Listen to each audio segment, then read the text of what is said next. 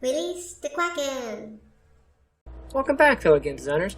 And the last one we set up our block placement and kind of improved it, so now we have this wonderful handy dandy little reference, and we click and our blocks appear where the reference is. That is amazing. And this one I'm going to go ahead and set up the ability to take away blocks. We're not going to do the inventory just yet, but we will be able to smash through the blocks that we currently have. So with that, let's jump back into our player controller. So inside our player controller, we have our logic for generating a block, and this is getting the place and all that stuff, which is great. But we can use the same logic for breaking the block. So right off of here, the thing that I want to do, and we'll divide this up a little bit later, but I want a representation for the block that I'm currently looking at, as well as the one that we have, the block that we are placing. So I'm going to go ahead and grab this guy, and I'm going to Control W these pieces right here. And I'll label this one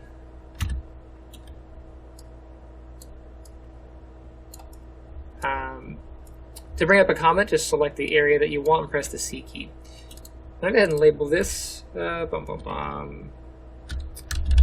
place location highlight.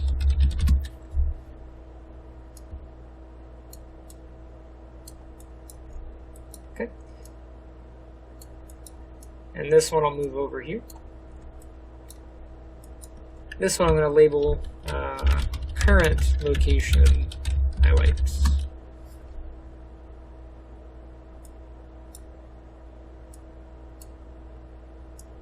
Run that through. And I don't want, really this can be placed after this. So I'm going to move my look at location. Let's break that, break this.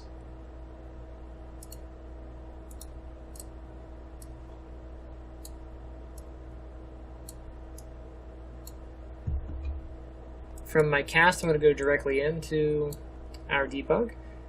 I'm going to take the location, plug that into the center, and then this will run these two.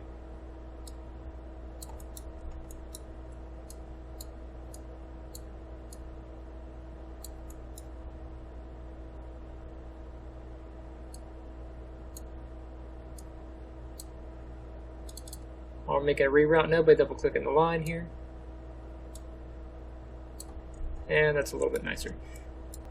I'll let you organize your wires however you see fit, but this will create a highlight around the current block before we get the one for the new location.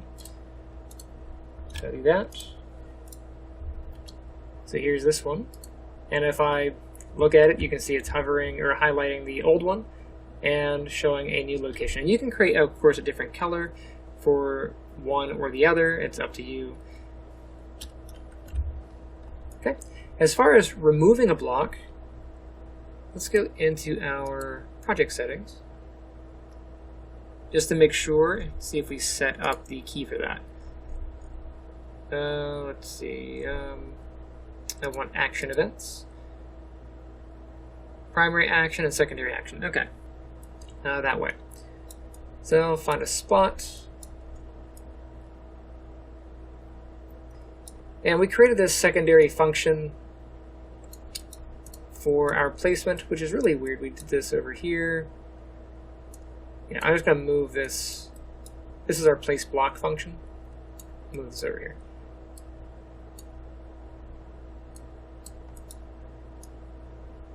So we used our primary action. This is the inputs. We check to see if we exist, the player exists, and then it runs this function. We could just really just plug this in over here. There's no harm in doing that.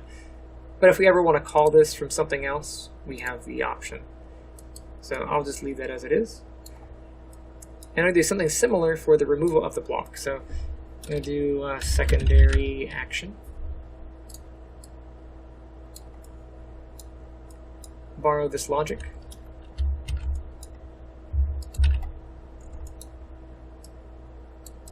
And we want to just remove the actor. So I'm going to go ahead and do a destroy actor. and then the actor we want to destroy is the one that we find. So we can store this. Whoever we cast to, we will store that into a variable. So we'll go promote to variable. And this is going to be the found actor.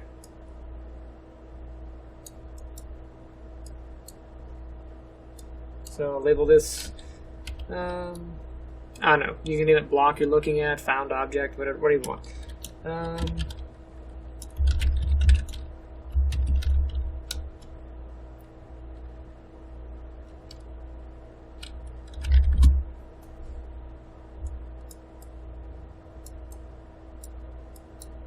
I'll do found block from trace.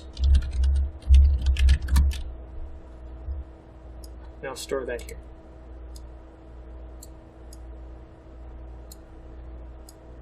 Now, really important,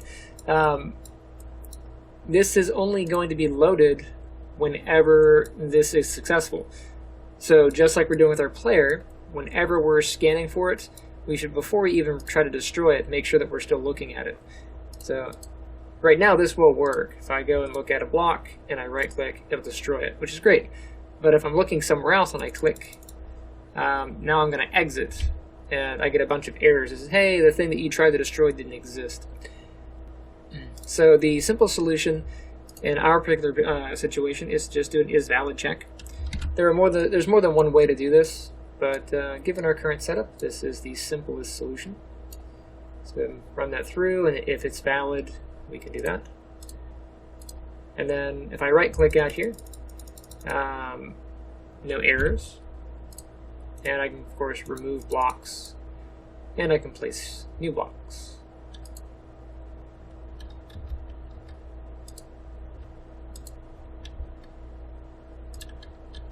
Alright, so that's pretty much it. In the next one, we're going to go ahead and improve upon this. We'll make some damage, and we'll make it so that the blocks will show signs of damage, and we can kind of remove them. And then we'll start looking at the inventory system and setting that up. Okay? So go ahead and save your work, and I shall see you next time. Hey guys, thanks for checking out my channel. Misty and I both thank you. If you enjoyed that video you just watched, make sure you hit that like button and subscribe. Also, if you'd like to support the channel, check out my Patreon. I also have a Teespring store where you can get official Lame Duck Studios merch, hoodies and t-shirts and that sort of thing. Also, Rocket Flip is on its way out, is in alpha testing right now.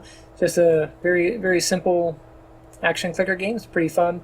You're welcome to head over to lameduckstudios.com and sign up to get access to that early.